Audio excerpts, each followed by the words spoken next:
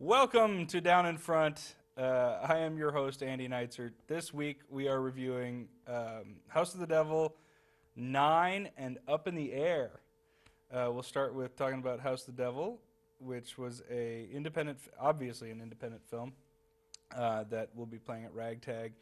It's the story of a young girl in the early 80s who takes a babysitting job only to find out that there is no child, but she's there to be impregnated or sacrificed to Satan by Tom Noonan.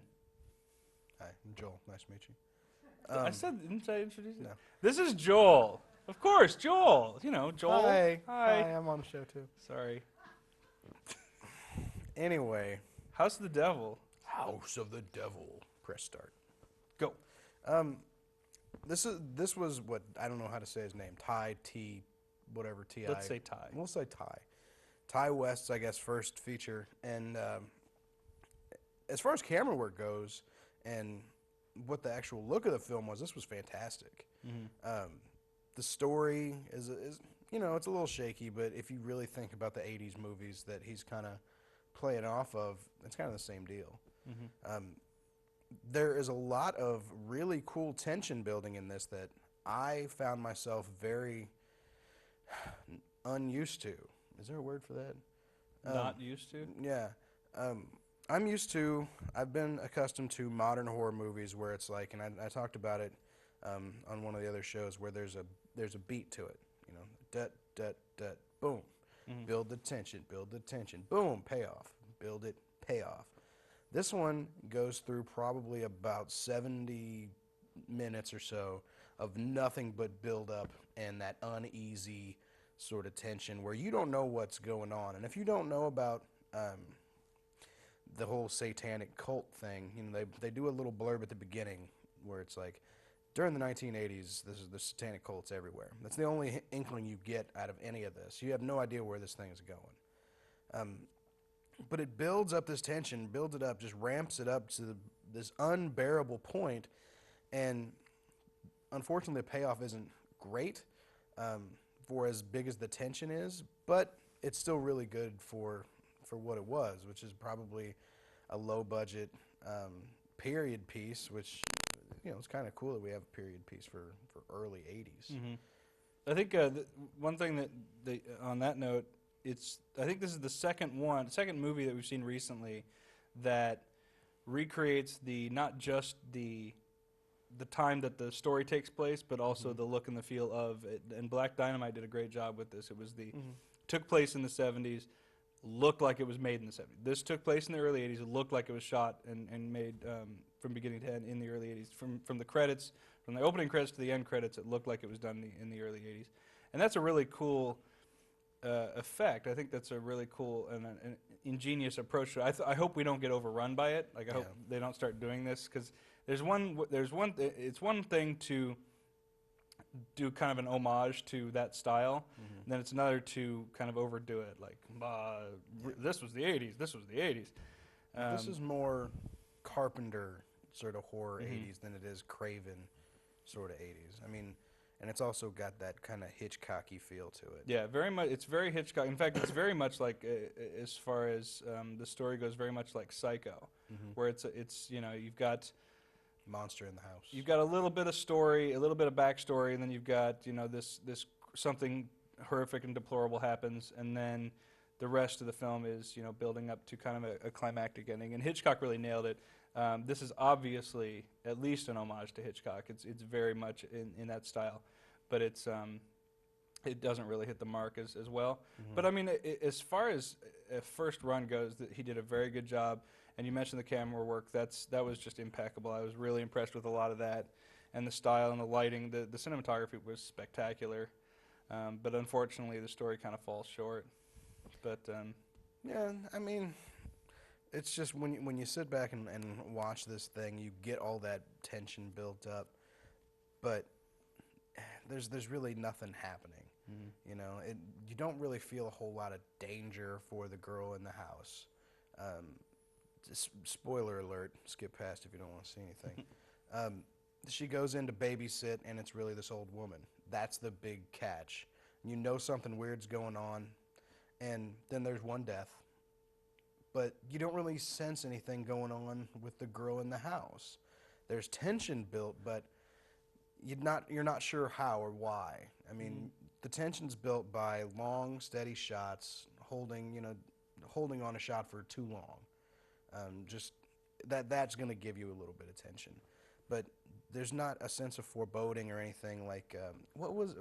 I'm trying to think of the one that we saw just recently with the guy that keeps people in the box. Collector.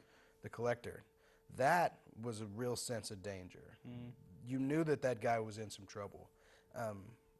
Most of the time, you don't know that this girl's in trouble until she's already in trouble. You know, until they've already got a hold of her and start doing horrible things to her.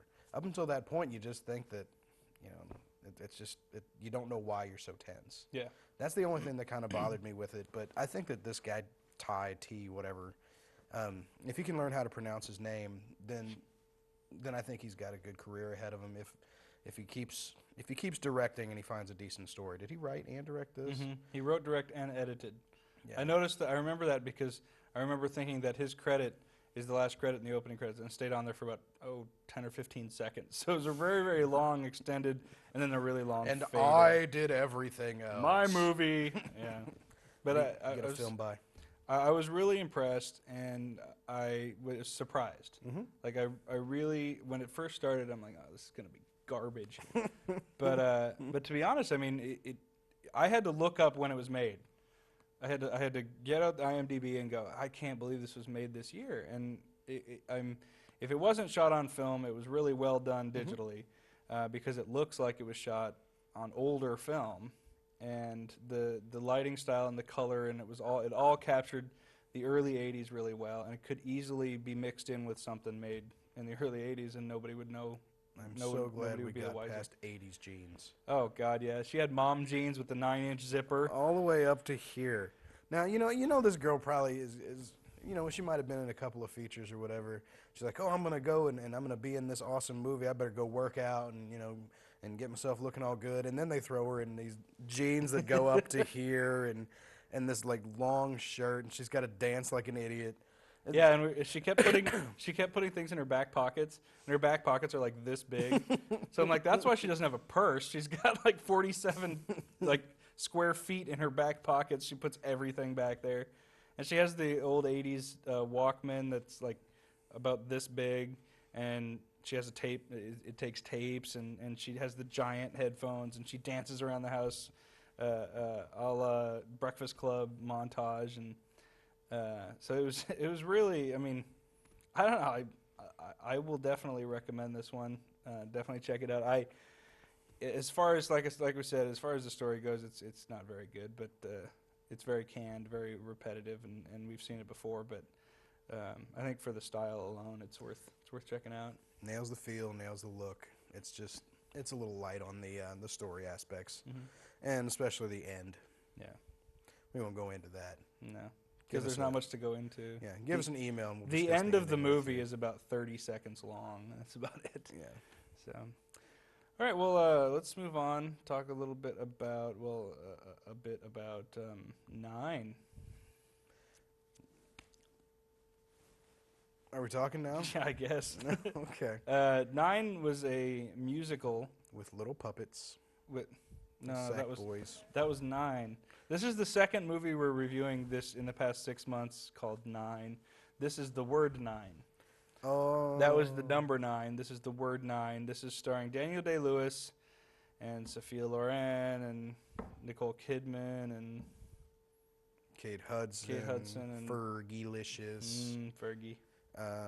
Who else is in this thing? Penelope Cruz. Penelope Cruz. There's a whole list of people in this Dame thing. Judi Dench. Oh, I love Judi Dench. I love her until they try to make her sexy. Oh, And then but that's- Judi Dench is sexy Then on that's her own, awkward. man. Like, Grandma, put the bustier away, Grandma. You know what I tell you? This Judi Dench being sexy is way better than Kathy Bates being sexy, though. The shriveled old woman from The Shining was sexier than Kathy Bates.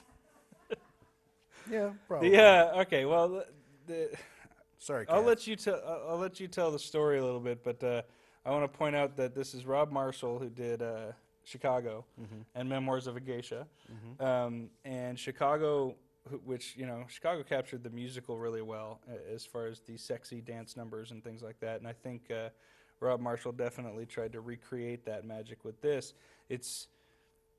It's a musical, but it's the first time I've ever seen a musical overshadowed by the stuff that isn't a musical. Right. Usually, what you're used to in a musical is a little bit of talking and then bam, dance and singing, and the singing is the most overwhelming part of the film.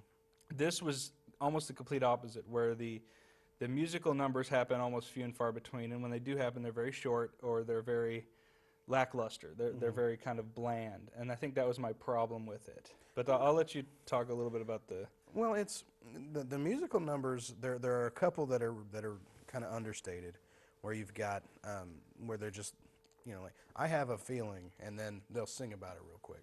But a lot of the other dance numbers and musical numbers are actually really extravagant. Only they're on one set. They're just right there, and you gotta. I don't know about anybody else, but pretty much anything Daniel Day-Lewis does, I am impressed with him. I think if there's an actor of the century award, this guy's got to get it. Yeah. He's been nailing every role that comes out, and he's going to be just gathering up Oscars. I'm not sure about for this one though. He throws on the Italian accent, doesn't do the Sam Worthington thing. He's right there. I believe his Guido is as much as I can anybody. But as a musical, this thing is just a flop and a half. Yeah, it's the songs are like Sarah and I noticed the first, I want to say 5 songs have his name throughout. Guido. And that got kind of irritating. Is the word Guido alone is kind of irritating to listen to, but then when you throw it in a song every 5 seconds saying Guido, I'm almost like, all right, we know what his name is, let's move on. Yeah. The musical numbers, save for one, when I first saw the trailer for this movie, and I got to give them credit, the trailer sold me instantly. I absolutely love the preview for it. The song is awesome. The cutting of the trailer is awesome. And I said that if I don't like this movie, I'm going to like this song because I already like the song. And Right. the dance number and the song itself in the film were really, really good. Fergie sings it. It's called "Be Italian," and in the movie, it's a young Guido who gathers up his friends and some money and goes to see a prostitute, and she does a dance number, kind of, I guess, showing them just the female form in general. But she sings this song, and she does this really cool tambourine dance with a big troupe. But anyway, it was really, really good, and I loved that song. But every other thing around that song, My husband makes movies. exactly, the songs were so bad. Like the writing, the dialogue, the non-singing stuff was really well written and really Oh, well yeah. performed. And it was not, but the songs were just so bland and so simple and just kind of irritating. I think if you look at it as just a movie, if you just, instead of thinking, Chicago or any of these musicals that you would go in and actually see as a musical, if you look at it as just a movie with the musical part of it as a thematic element, then it's actually really good. Because what he's doing, basically he's a 50-year-old guy. This is going to be his 9th film, I think, including short films and things like that. And he's got everybody ready, and everybody just is chomping at the bit to see his newest movie, and he doesn't have a script for it. He doesn't have anything at all. And basically, he's going through this midlife crisis. And the way he made movies before is this guy is a real selfish, self-centered, he just kind of takes everything from everybody and doesn't really look back at anything. But when he's making those movies, he's the 9-year-old boy, and that's where you get. I mean, it's a very clever double play on the 9. But when watching this thing, all the dream sequences and all the musicals all center around a woman. Either his mom, either his wife, the Fergie character, who I can't remember her name, but she was the prostitute. The reporter from Vogue that catches his eye. They're all, and his mistress, they're all centered around these women. And he sees these women as like a boy would, a adolescent boy would. You've got the big view of these women, not as like a responsible adult male, going through all these relationships with them. He doesn't really have relationships with them. He just sees them as a piece here, a piece there, a piece there. And together they form his life, but he can't put all that stuff together to make what he's supposed to do, to make his life, basically. And in watching the whole thing, you see it just, his life falls apart. And then towards the end, he hits the rock bottom and has to find that inner child or that love of what he's doing. And I think that's a really great story, and if you just watch it for that, it's awesome. If you can ignore I walked in here to see Chicago too, damn it, if you can ignore that and just watch the movie, you're in for a great time. But I think a lot of people are going to be really confused, and I think Rob Marshall probably had a good idea as to why he took this project on. Like he did Chicago, and then Memoirs of a Geisha, which he won an Oscar. For both. Yeah. And he's done all this, but he's still going to be of Chicago, And I think that's kind of plays along with Rob seeing himself in this Guido character, and you can really see the love for this story that happens. And yeah, he's a theater guy, but I think this is him trying to kind of tell everybody that he's ready to move on from that. I don't know if he might have made it because I wonder if he felt like he had to make it this way because he was so successful with Chicago. But the problem was Memoirs of a Geisha wasn't a musical, so it's like he had it right in one direction, he had it right in the other direction, but he tried to combine the two with this one and just didn't pull it off. Yeah. And I think with the sexiness of it from both Memoirs of a Geisha and Chicago, he went for that. Every woman in this film during the musical numbers is scantily clad and wearing something sexy, lingerie-wise, and then even Judi Dench. And then in the dialogue scenes, in the actual, film part of it, they're not. So it's like he tried to recreate it, but he couldn't capture lightning in a bottle twice, and that's kind of a bummer. But from the real people to the fantasy versions, right? Of it, Exactly. That's how he's seeing them. Yeah, and that's totally apparent. But it just, fans of musicals are going to want to see the musical, and when and I love musicals, I really do, and I'll admit that left and right. But I went in there hoping it would be a good musical, and it's just not. You can make a great film and have music in it too, but when you market it as this musical, and it's obviously a musical, but you don't have good music in it, you're lost. Whether the film around it is good or not, you're going to lose your audience if you make the songs crappy. Yeah, you can tell if the soundtrack stands on its own, then you've got something. Definitely. The 9 soundtrack is not going to hit number 1, or people aren't going to be just listening to that in their car on the drive around. Which people do with Chicago and a whole bunch of musicals. Most of the Disney musicals, all that music is something they're going to remember for a long time. Yeah. The only thing that we're going to remember out of this is the Be Italian part.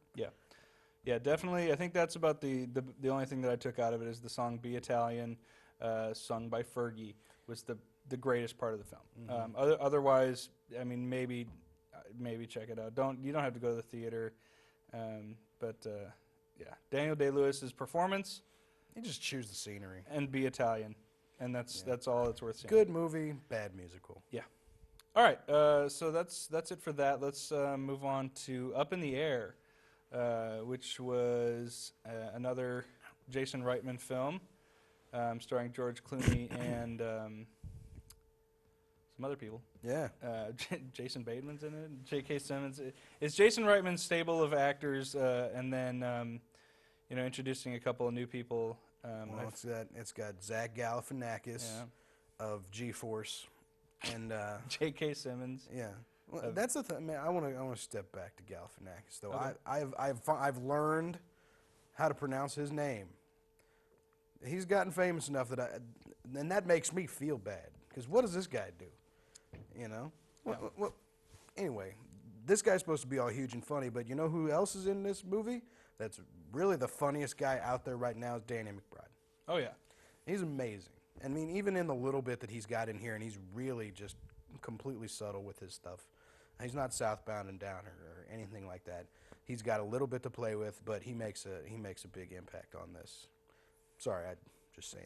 Danny McBride. Danny versus McBride Zach is always Galifianakis. this tiny characters, but they're always like the best part. Like his pyromaniac character in Tropic Thunder Oh, yeah. was awesome. And one I always forget, but as soon as I remember it, I get really happy. Was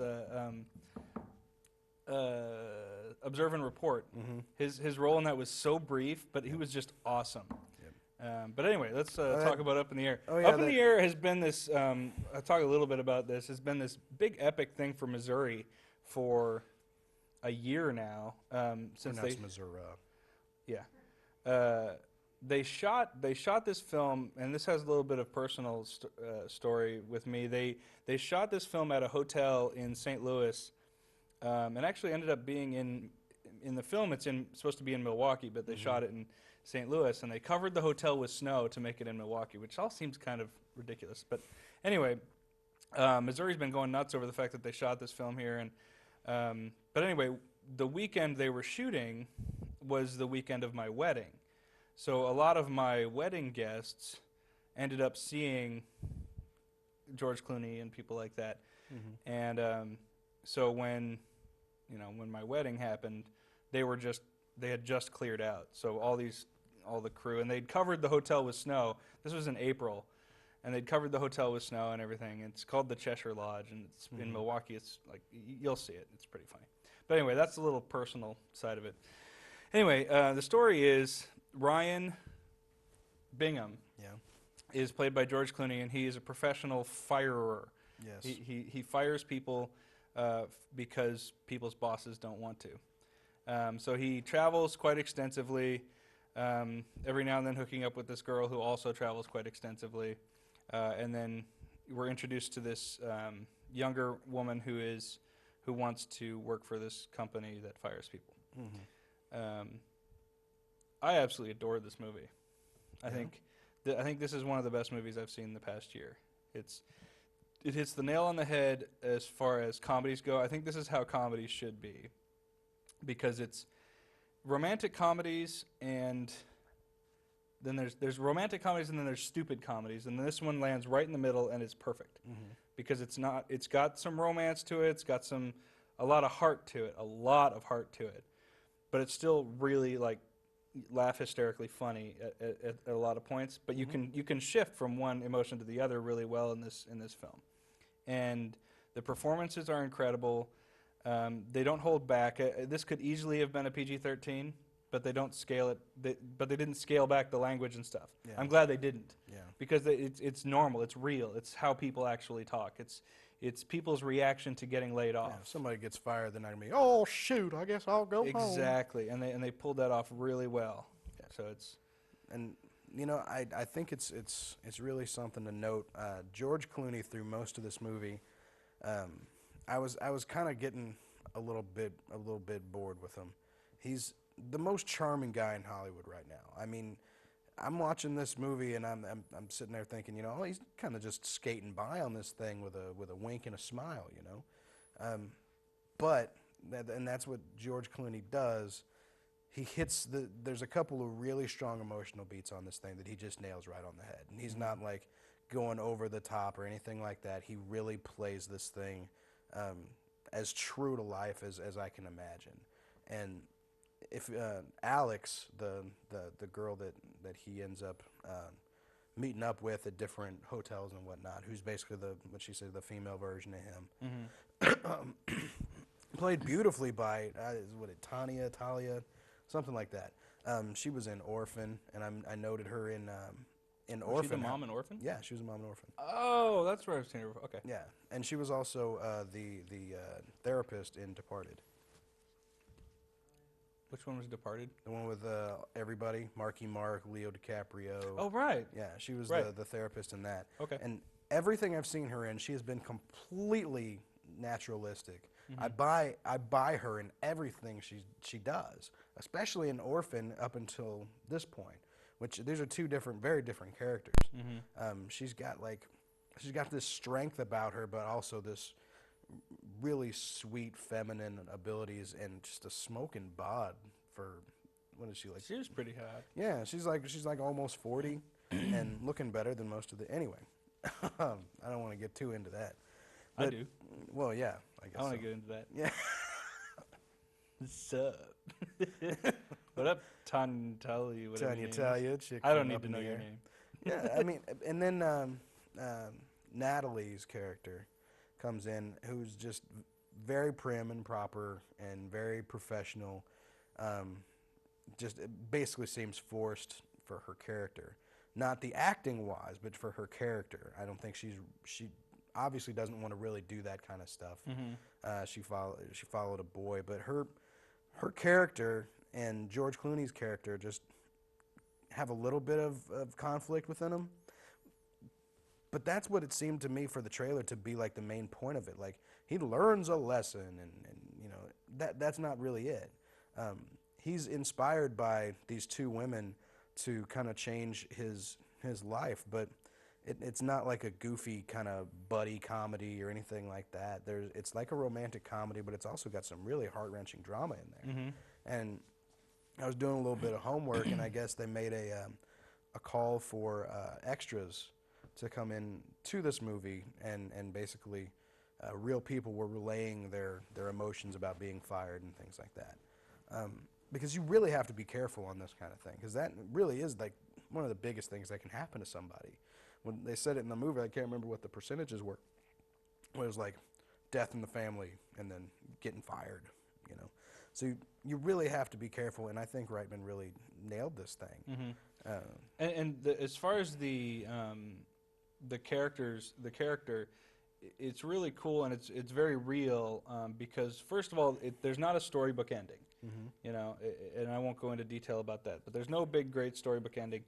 But the characters are so deconstructed throughout. Like, they start out, George Clooney is set in his ways because he's been doing it for 30 years or whatever.